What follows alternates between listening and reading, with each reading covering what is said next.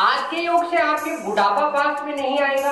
पैरों से जुड़ी सभी समस्याएं खत्म होगी, जैसे पैरों का सूनापन, घुटनों में दर्द और पैर की किसी भी प्रकार की दबी हुई नस है तो उसको खोलने में यह योग बहुत ही कारगर है। इसके साथ ही जिनके पाचन से जुड़ी समस्याएं हैं और जिनको रात को नींद नहीं आती उनके लिए यह योग बहुत ही लाभदायक है। तो वीडियो को पूरा ध्यान से स्टेप टू स्टेप देखें और वीडियो अच्छा लगे तो लाइक करें और दोस्तों के साथ शेयर करें। तो आज के वीडियो को शुरू करते हैं। नमस्कार दोस्तों, मेरा नाम है नवरंग, आप देख रहे हैं टिप टॉप हेल्थ और आज आ गया है फिर नया बुधवार और अपनी योगा डे सीरीज का 47 एपिसोड।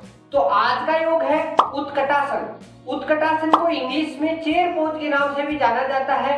तो यह योग संस्कृत के 3 शब्दों से मिलकर बना है। उत यानी उठावा, कट यानी कमर, आसन यानी योग की मुद्रा। इस योग में अपने शरीर के पैर जमीन पे रहते हैं और कमर यानी नितंब वाला हिस्सा उठा हुआ रहता है। तो इससे अपने शरीर की जांघ, पिंडलियां और पेट भी इतना अच्छा प्रेशर बनता है कि यहाँ की मसल सभी एक्टिव होती है और सुचारू रूप से ब्लड सर्कुलेशन होता है। तो इस योग के 3 स्टेप हैं। तीनों स्टेप को पूरा ध्यान से स्टेप टू स्टेप देखें और पूरा डिटेल से अध्ययन करते हैं तो आपको पता चलेगा कि किस योग को किस टाइम करते हैं और किस प्रकार का लाभ मिलता है। तो आज के उत्कटासन को शुरू करते हैं। उत्कटासन योग करने के लिए आप सबसे पहले समतल स्थान पे इस प्रकार बैठें। इसकी प्रथम अवस्था है उकड़ू बैठना। तो उकड़ू किस प्रकार बैठते हैं, देखो इस प्रकार उकड़ू बैठने में भी समस्या 60% की आती है क्योंकि उनकी जांघ की मसल्स मोटी होती है, पिंडलियों पे भयंकर दर्द होता है, घुटनों में दर्द होता है, तो उनसे उकड़ू नहीं बैठा जाता। तो उकड़ू बैठने का अभ्यास आपको जरूर करना चाहिए क्योंकि इसमें अपनी कमर ऊपर रहती है, शरीर का पूरा प्रेशर अपने पैर के पंजों पे रहता है। तो कब बैठे उकड़ू, जैसे ही आपकी मॉर्निंग में आंख खुलती है तो आप जैसे ही 2 जग पानी के पीते हैं तो उस समय आप इस प्रकार उकड़ू बैठ के पिए। आप उकड़ू बैठते हैं तो आपको कमोड पे भी उकड़ू बैठने वाला कमोड ज्यादा इस्तेमाल करना चाहिए। अंग्रेजी वाला कमोड आपको इस्तेमाल नहीं करना चाहिए क्योंकि अंग्रेजी कमोड अंग्रेजों के लिए है। वहाँ नए स्पाइसी खाना खाते हैं और उनकी जो ठंडा वातावरण होता है इसलिए वहाँ घंटू बैठे रहना पड़ता है, तो तभी वो अखबार पढ़ते रहते हैं। अपने ऐसा काम नहीं है, अपने ज्यादा स्पाइसी खाना खाते हैं तो कमोड पे बैठने पे 5 से 6 मिनट में अपना पेट फ्रेश हो जाता है। तो इसलिए आप इस योग मुद्रा में बैठने का ज्यादा अभ्यास करें। और इसकी दूसरी पोजीशन है, इसमें अगर आप सही इस प्रकार बैठने लग जाते हैं तो फिर आप अपने दोनों हाथों को इस प्रकार रखें और इस प्रकार यह उकड़ू बैठने की स्थिति है। इसमें अगर अपने जो घुटने हैं वो यहाँ रहते हैं तो घुटने के प्रेशर से अपने आंतों पे अच्छा प्रेशर बढ़ता है, बड़ी आंत पे प्रेशर बढ़ता है तो कब्ज से जुड़ी सभी समस्याएं खत्म होती है। तो इसकी दूसरी स्टेज है, इस प्रकार अपने को एड़ियों के ऊपर अपने नितंब को रखना है। तो इस प्रकार दोनों एड़ियों को आपस में मिलाएं, पैर के पंजों को नीचे रखें और इस प्रकार दोनों पैर के घुटनों को ऊपर अपने हाथ रखें और नजर एकदम सामने रखें। इस प्रकार अपने शरीर का आप बैलेंस बनाने का अभ्यास करें। इससे भी आपकी जांघ और इसकी पिंडलियों की मसल्स में इतनी अच्छी ताकत मिलेगी, ब्लड सर्कुलेशन सही होगा और घुटनों की जो भी नसें हैं वो सही प्रॉपर वर्क करेगी और जिनके शरीर आगे झुकने की समस्या है उसमें भी बहुत अच्छा निजात मिलेगा। तो इस प्रकार आप इसका रेगुलर अभ्यास करते हैं तो यह सेकंड अवस्था है उत्कटासन योग की।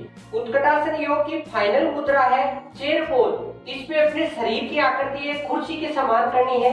तो देखो इसमें दोनों पैरों को आप अपने कंधे के बराबर खोलना है। इस प्रकार देखो, इस प्रकार दोनों पैर के कंधे के बराबर हो गए और फिर इस प्रकार आप अपने दोनों हाथों को आगे की तरफ लें, सांस को अंदर बढ़ते हुए अपने नितंब वाले हिस्से को नीचे की तरफ लेके जाना है। देखो इस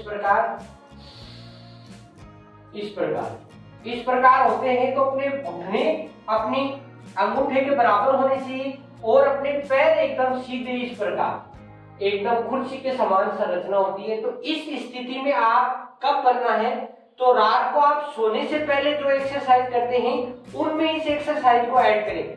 नहीं तो आपके यहाँ कितना भयंकर दर्द होता है, क्योंकि अपनी पैर की सभी दबी नसें खुलती है और जो भी पैरों से जुड़ी समस्या है, घुटनों में दर्द है, वो सब ठीक होते हैं। देखो एक बार फिर बताते हैं।